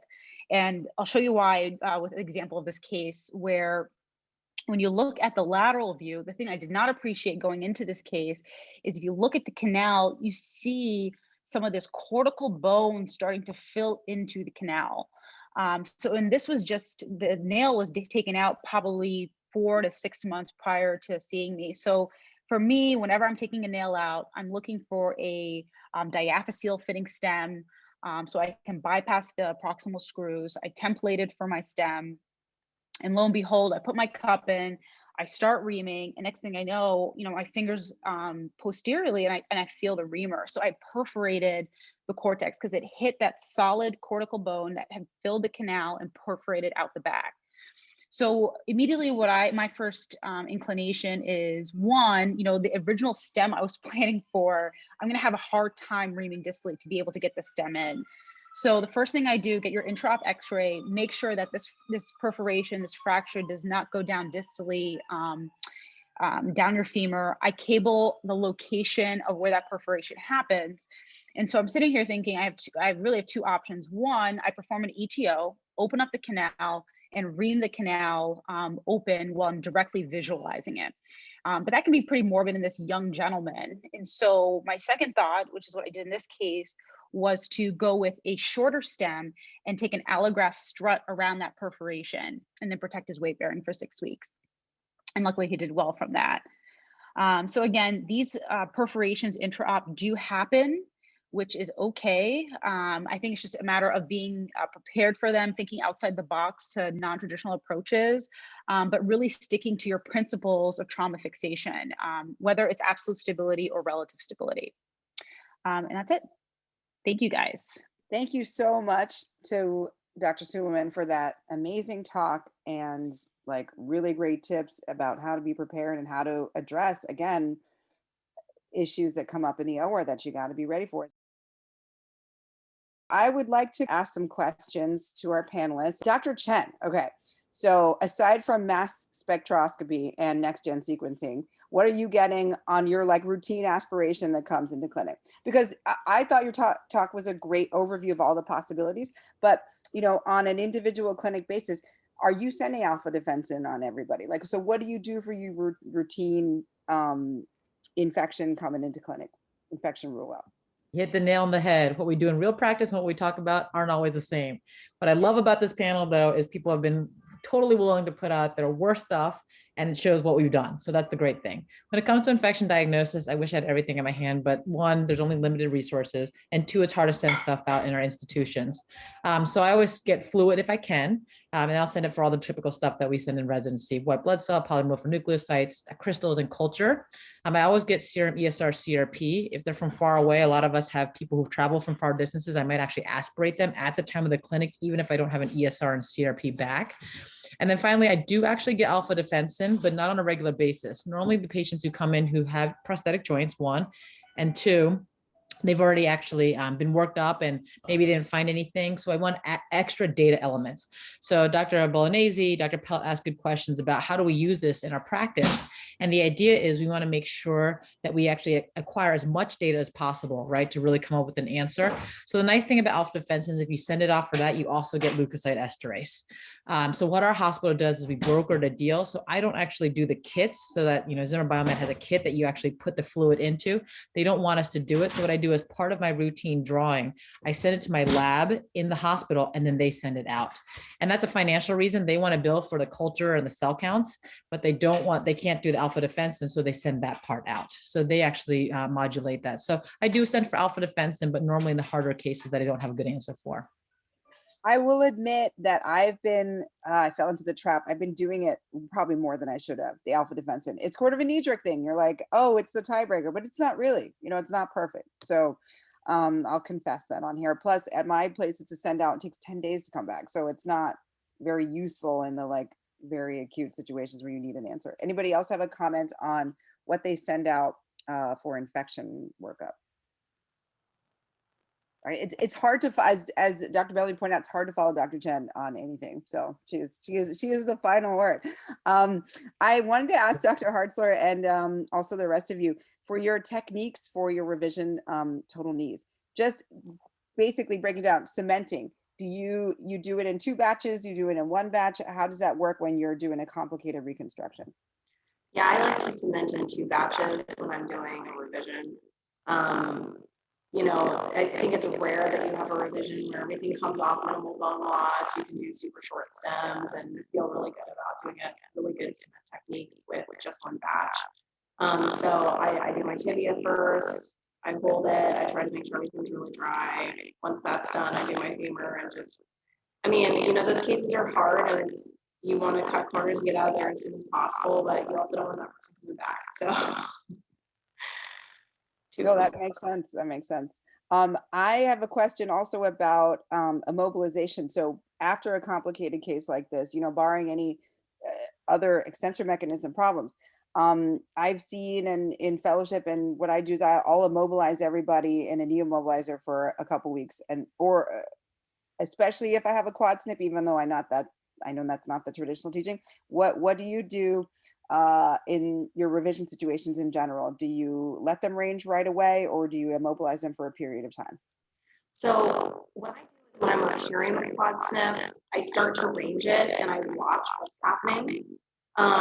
Typically for me, I'm not doing one unless we have really stiff tissues, and I can think of a couple of patients that I've just like let them go whole hog on their physical therapy afterwards and not worried about it.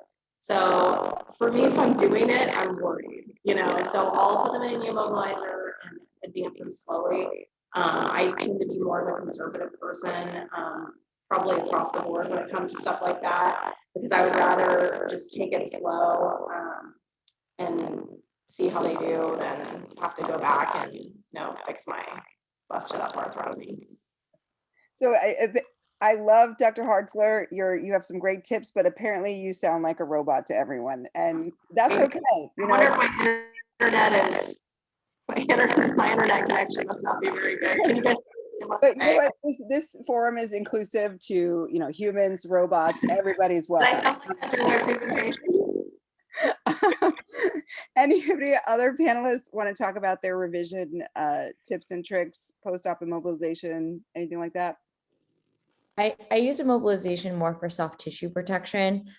You know, usually after my knee revision, I try not to mobilize them unless I have concerns about the extensor mechanism or I've done a reconstruction, obviously. But if I have concerns about soft tissue, then I will sometimes leave them in a knee immobilizer for a week until they have a soft tissue check. Do I sound like a robot? No, you're not a robot. Oh, okay. I've had it before. It's just I can't get over it. It was a great time. Right. For Dr. Suleiman, I had a question about that whole B1 versus B2 situation. If, you know, great point about having prior x-rays, and obviously you're going to use as much, you know, pre-operative planning as you can. If there's a situation where you really do not know whether it's loose or not. So what are some tips you have about how to distinguish between a loose stem or a well-fixed stem with a periprosthetic fracture when you're not sure based on imaging? Yeah, I think there was a recent paper looking at how commonly the revision rate or high the revision rate was in B1 fractures because they were misdiagnosed or misclassified that truly were B2. And so since I saw that paper, I assume every B1 fracture is lying to me and that they're actually a B2 fracture. So I go in with a plan to have that implant ready to go if I'm changing at that femoral stem. But with every case, what I'll do is one, I take the head off in that hip and look at their trunnion, make sure that the trunnion's okay. If there's any issues, especially if there's any metal on metal implant, someone had asked a question about that, and there's issues with the trunnion, I'm taking that stem out, no question. Two, I put a hook around the trunnion, and I will back slap it out. So if I can get it out, if I see it move, that stem is coming out, because I'm going to assume that thing's going to subside on me once I have this fracture fixation. But for me, I take head off every single case, check the trunnion. 2, I then will put a hook around and back slap. So to clarify, you're not doing the cheater way where you are always going into the hip, is what I'm saying, was I'm hearing. So for me personally, I'm going into the hip to look at it, unless it's a pretty distal fracture pattern. You know, we're looking at Vancouver C, or like, you know, distal 1/3 of the stem, where I'm pretty convinced that where that fixation of the stem is happening is not around that fracture site. But otherwise, if it's anything proximal, I'm going into the hip. Because I have to admit, it is quite tempting, right? The idea that even if you have a more proximal fracture, to open that up distally and extend it and see if it moves as a unit. But maybe that has something to do with why all these B1s are actually being missed as B1s, because of the fear of dislocation of going into the hip. So thank you for making us all better people and better surgeons. Any other tips about B1 versus B2 or periprosthetic fracture from any other panelists who I'm sure have had to deal with this too? All right, very cool.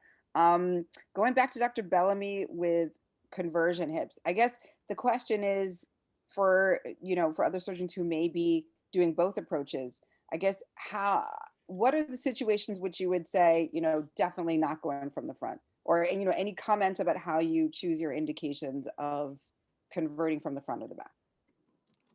I think just like the case I showed where that guy's body habitus was a little, I probably bit off a little more than I could chew with doing that anterior. So definitely if they've got a big hard belly, I think direct anterior is pretty difficult.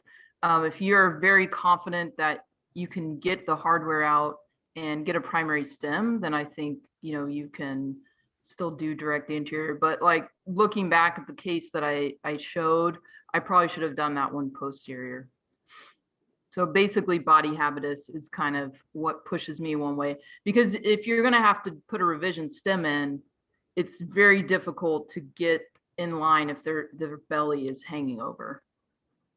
And Dr. Bellamy made a great point in the chat now that like those cases will be hard however you go about it. So that's you know, that's a really good point as well when you're making these decisions, for sure. I think all these panels, all these same concepts come up. No free lunch. Do what's best in your hands. Like, it's a cliche because it's true, right? And I think that's something we can reinforce every time anybody gives a talk. Let's see. I think, you know, that's it for the questions that I had kind of prepared to discuss, but any of the other panelists have anything they want to add? Anything else? Let's see from the chat here. Anybody else want to get a chat in there? Question, I'd love you guys' opinion. So how many people for, I know Dr. Lieberman presented some of the deformity cases. Who's using a robot for these deformity cases? And do you need one? So I don't think it hurt. So I think it's not a bad thing to have as an option. So for me, the reason I like using the robot in a deformity case, sorry, can you guys hear me? Use the robot. I promise I'm not a robot. It gives you a lot of tools. So you have three-dimensional imaging, right, which gives you a lot of information. You know, I had a guy that I did, he had deformities on both the tibia and femur. He had osteogenesis imperfecta. He was like 40 kilos. It allowed me to look at my implant sizing. Like, am I going to need to get custom implants for this guy because of size 1, you know, triathlon is too big for him. And so for me, there's a lot of benefit from using the robot aside from just being able to correct the deformity without having to do osteotomies. But that's been my primary indication for a total knee with a robot is a deformity of some kind. I will say, as someone who does not have a robot currently, I started out using like a handheld navigation in those cases where they had like hardware in the femur and you couldn't do an IM rod, or just a really bad deformity that I wanted some extra help with. And since then I got converted, because I hate drilling holes in the femur, to using navigation, at least for all my cases. Who knows if a robot's in the future, but we will see. Anybody else want to comment on robots and deformities or robotics in general? I use a No, robot or, oh, sorry. go ahead, Jenna, go ahead. I was just gonna say, I use a robot or navigation for essentially all of my cases. One of our hospitals I operate at doesn't have a robot, and so that's why I lead towards navigation there. I don't think it necessarily you need it, but I think that we should move towards increasing precision and accuracy in everything we do. We should become, like every other mechanical field outside of medicine where, you used to go to, like the saying, used to go have someone, whose job was to make artistic mechanical tools for you, and they were beautiful, but maybe not all precise. And now we've moved towards precision. And I think that that's probably the future in orthopedics. And I think that it's kind of our job to shape how that happens. And so without using it, we're not being involved. So, I mean, I don't think that anyone needs it. I don't think that I need it, but I kind of like it for that purpose of how we're going to make surgery better going forward. I use navigation for all mine. Computer isn't available for me. With Dr. Bernstein, I think there is benefit to it.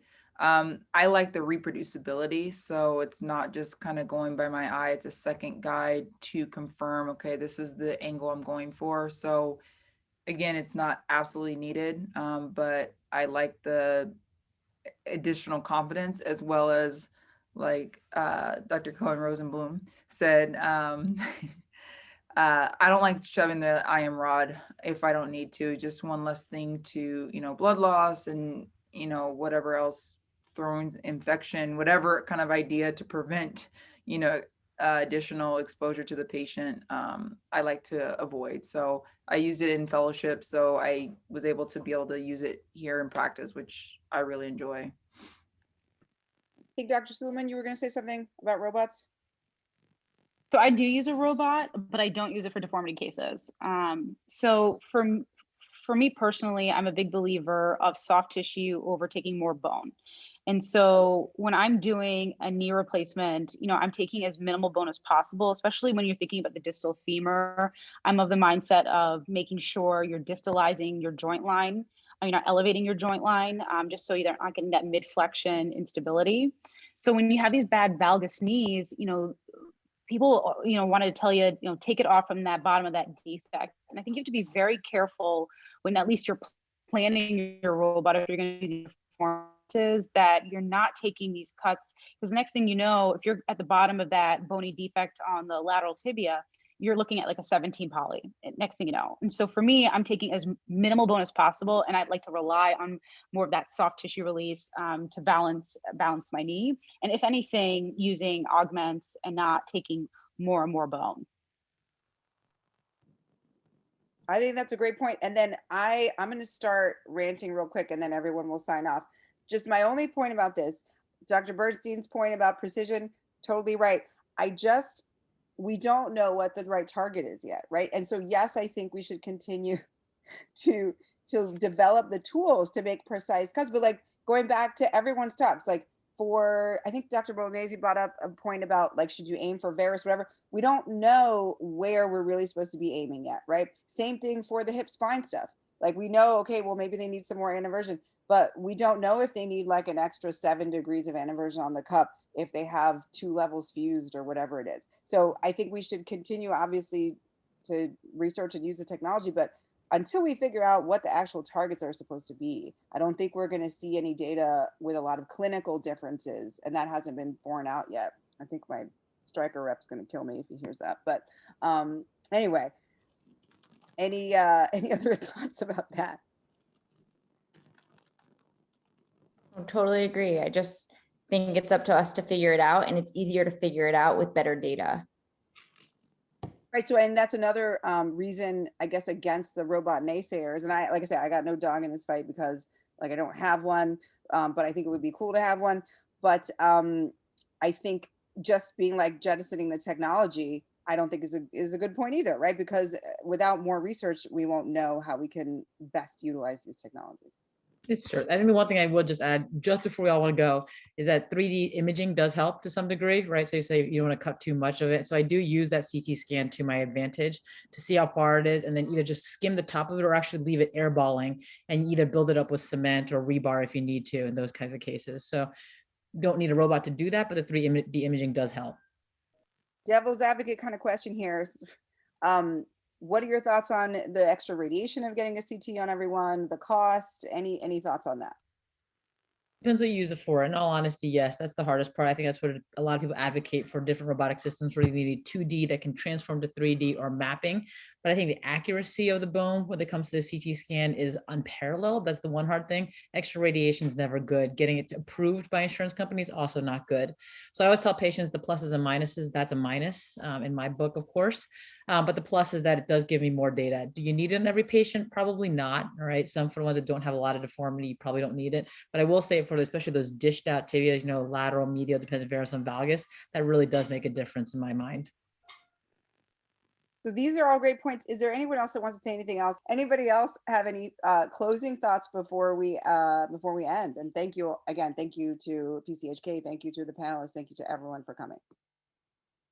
This is awesome. Thank you. And then I hope you can join us in Utah in August. I signed up, so I hope everyone else can join too. I'm excited. And then of course I can plug for the Women in Arthroplasty group. And for AAHKS, the American Association of Hip and Knee Surgeons, and for the Young Arthroplasty Group. If you're interested in joining, there's a lot of different ways to get involved. If you're a resident, a fellow in practice, if you hate having Wednesday nights from 7:30 to 8:30 Central free, you can join committees and then be on them. So there's a lot of cool stuff to do. Anybody else want to plug anything? Promote yourself, brag about yourself? No? All right, well, all of these surgeons are super accomplished and amazing, and you should look them up. They've all published a bunch of stuff. So look at their research, look at their practices, follow them on social media, I guess. And at least for my part, feel free to, if you want to contact me about anything personally. So at this point, I want to make some final announcements. Thank you everyone for attending this. Thank you to PCHK for making it possible. Thank you to Dr. Suleiman for actually having the idea to connect both of us. Thank you to my husband, Mike, for doing bedtime. So thank you to all the panelists for being involved in this. Just so great. So grateful, and thank you to you all. And thank you to our sponsors for making this possible. Really fabulous job to everyone. Thank you so much, and good night.